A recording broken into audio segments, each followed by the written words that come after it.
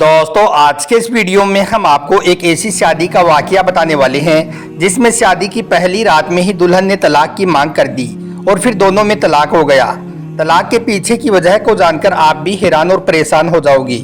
इसलिए आज का यह वीडियो आप सभी के लिए बहुत खास है, आप इसको आखिर तक जरूर देखें और अगर आपको अच्छा लगे तो मेहरबानी करके आगे अपने दोस्तों में शेयर भी कर दें ताकि और भी लोगों के पास यह वाकया पहुंच जाए। तो चलिए दोस्तों शुरू करते हैं। शादी की पहली रात थी। दूल्हा खाने का एक बड़ा सा थाल हाथ में लिए कमरे में दाखिल हुआ। खाने से बहुत ही उम्दा खुशबू आ रही थी।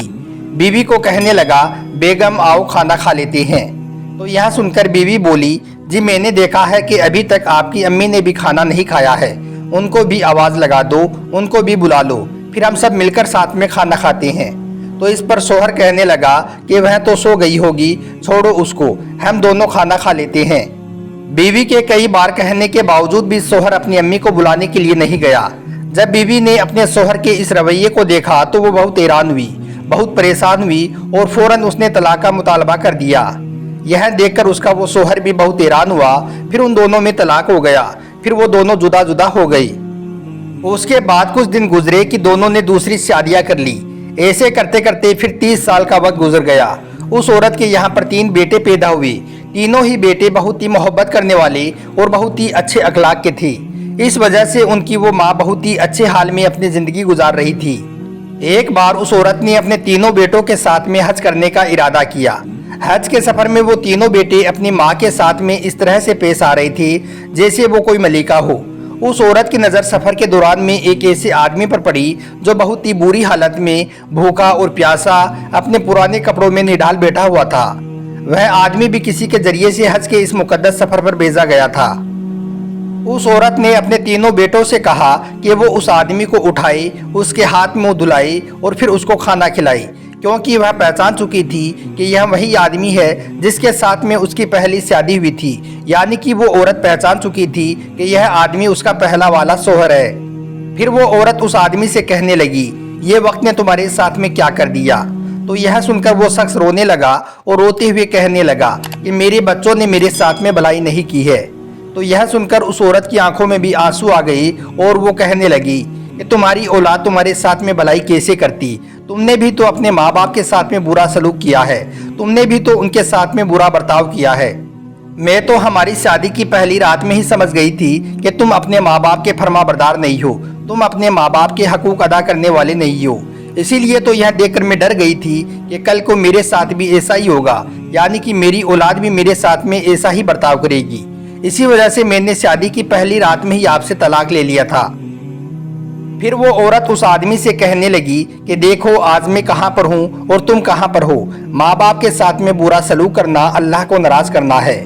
माँ बाप का दिल दुखाना अल्लाह की नाफरमानी है।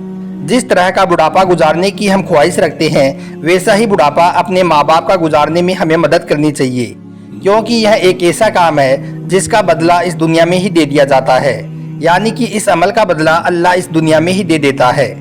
अल्लाह से दुआ है कि अल्लाह पाक हमें भी अपने माँ बाप की फरमाबरदार औलाद बनाई, उनकी खिदमत करने की तौफीक अता करे, आमीन। अब दोस्तों आपको एक और वाक़या बताते हैं। हज़रत हसन बसरी रहमतुल्लाहि अलैहि फरमाती हैं कि एक मर्तबा में एक नदी के किनारे पर बैठा हुआ था कि तभी मैंने देखा कि एक बिच्छू उस नदी की तरफ बड़ी तेज़ी से दौड़ता हुआ जा रहा था। मैंने सोचा कि बिच्छू तो पानी से दूर ही रहता है, फिर यह बिच्छू पानी की तरफ क्यों भाग रहा है।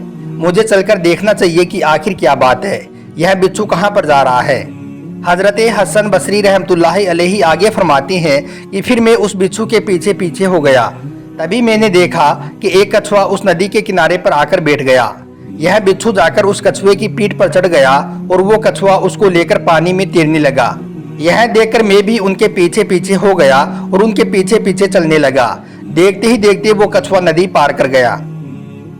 उनको देखते हुए मैंने भी उनके पीछे पीछे नदी को पार कर लिया। नदी पार करने के बाद में मैंने देखा कि वो बिच्छू उस कछुए की पीठ से नीचे उतरा और एक तरफ चलने लगा। मैं भी बिच्छू के पीछे पीछे चलने लगा। वो बिच्छू चलता हुआ जाकर एक पेड़ के नीचे ठहर गया। मैंने देखा कि उस पेड़ के नीचे एक आदमी मामूली से कपड़े पहने हुए उस पेड़ के नीचे सो रहा था। तभी एक बहुत ही बड़ा काला सांप उसको डसने के लिए उसकी तरफ आने लगा। यह देखकर मैं बहुत घबरा गया। तभी अचानक वो बिच्छू बीच में आ गया और उस सांप से लिपट गया। फिर उस सांप और बिच्छू दोनों में लड़ाई होने लगी। सांप ने उस बिच्छू को एक डंक मार दिया। वह बिच्छू इतना जहरीला था कि उसको डंक मारने से वो सांप वहीं पर मर गया। उसके बाद में वो बिच्छू वापस उस नदी की ओर चल दिया। कछुआ इस दौरान वहीं नदी के किनारे पर खड़ा उसका इंतजार कर रहा था। वह बिच्छू फिर से उस कछुए की पीठ पर बैठा और वो उसे लेकर फिर से नदी के दूसरी तरफ चल दिया। यह मंजर देखकर मैं बहुत हैरान हो रहा था।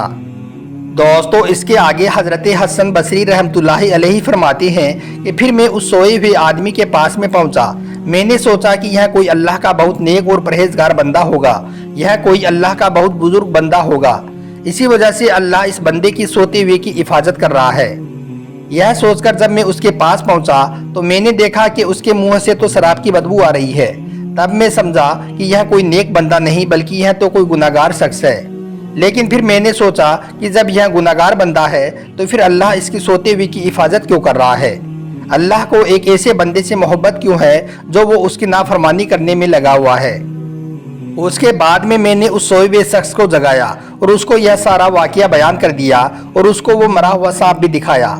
फिर उससे कहा कि तुम किस कदर अल्लाह की नाफरमानी करने में लगे हुए हो। तुम शराब पीते हो और अल्लाह के हुक्म को नहीं मान रहे हो, फिर अल्लाह तुम्हारी सोए हुए की हिफाजत किस तरह से कर रहा है?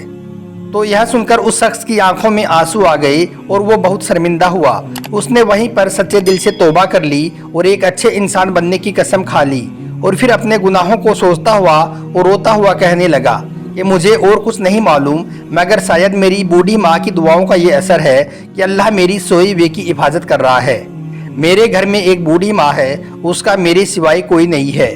उसके लिए मैं हर रोज़ खाना बनाता हूँ और फिर मैं अपने हाथों से उसको खाना खिलाता हूँ। मेरी माँ हर दम मेरे हक में दुआएं करती रहती है।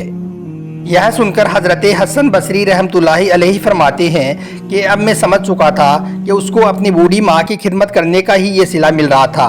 इसी वजह से अल्लाह उससे खुश था और उसकी हर जगह पर मदद कर रहा था। दोस्तों, हजरत अबू हुरैरा रजी अल्लाह ताला अन्हु से रिवायत है कि एक मर्तबा एक शख्स अल्लाह के पैगंबर हजरत मोहम्मद सल्लल्लाहु ताला अलैहि वसल्लम की बारगाह में हाजिर हुआ और अर्ज करने लगा, या रसूलल्लाह सल्लल्लाहु ताला अलैहि वसल्लम, एक जवान मरने के करीब है, उसे कलमा पढ़ने को कहा जाता है, वो कोशिश भी करता है मगर उसकी ज़बान नहीं चल पा रही है। तो यह सुनकर आप सल्लल्लाहु ताला अलैहि वसल्लम ने पूछा कि क्या वो इससे पहले कलमा पढ़ता था? तो उस शख्स ने बताया कि हाँ, वो इससे पहले कलमा पढ़ता था। तो यह सुनकर आपने फरमाया कि जब वो ज़िंदगी में कलमा पढ़ता था तो अब मौत के वक्त में उसे क्या हो गया है? अब उसे कलमा पढ़ने से कौन रोक रहा है? इतना कहते हुए फिर अल्लाह के रसूल सल्लल्लाहु ताला अलैहि वसल्लम उसके घर की तरफ चल पड़ी। सहाबाए किराम भी उनके साथ हो गई। उसके घर पहुंचकर मरने वाले शख्स से आपने फरमाया कि पढ़ो ला इलाहा इल्लल्लाहु। वो जवान कहने लगा, या रसूलल्लाह, ज़बान नहीं चल पा रही है। आपने पूछा, क्या तुम्हारी माँ जिंदा है? तो वो बोला, हाँ। इतने में उसकी माँ अंदर से आ गई। उसको देखकर आप सल्लल्लाहु ताला अलैहि वसल्लम ने फरमाया, ए औरत, क्या तुम ये पसंद करोगी कि तुम्हारे बेटे को जलती हुई आग में डाल दिया जाए? हमें मालूम है कि तुम्हारा यह बेटा तुम्हारा नाफरमान है, जिसकी वजह से तुम इससे नाराज हो और तुम्हारी नाराजगी की वजह से ही इसको मौत के वक्त में कलमा नसीब नहीं हो रहा है। अगर तुमने इसको माफ़ नहीं किया तो यह बगैर कलमा पढ़े ही मर जाएगा और फिर इसको जहन्नुम की आग में डाला जाएगा। क्या यह तुझे मंजूर है? इतना सुनते ही एक माँ की ममता जोश में आ गई।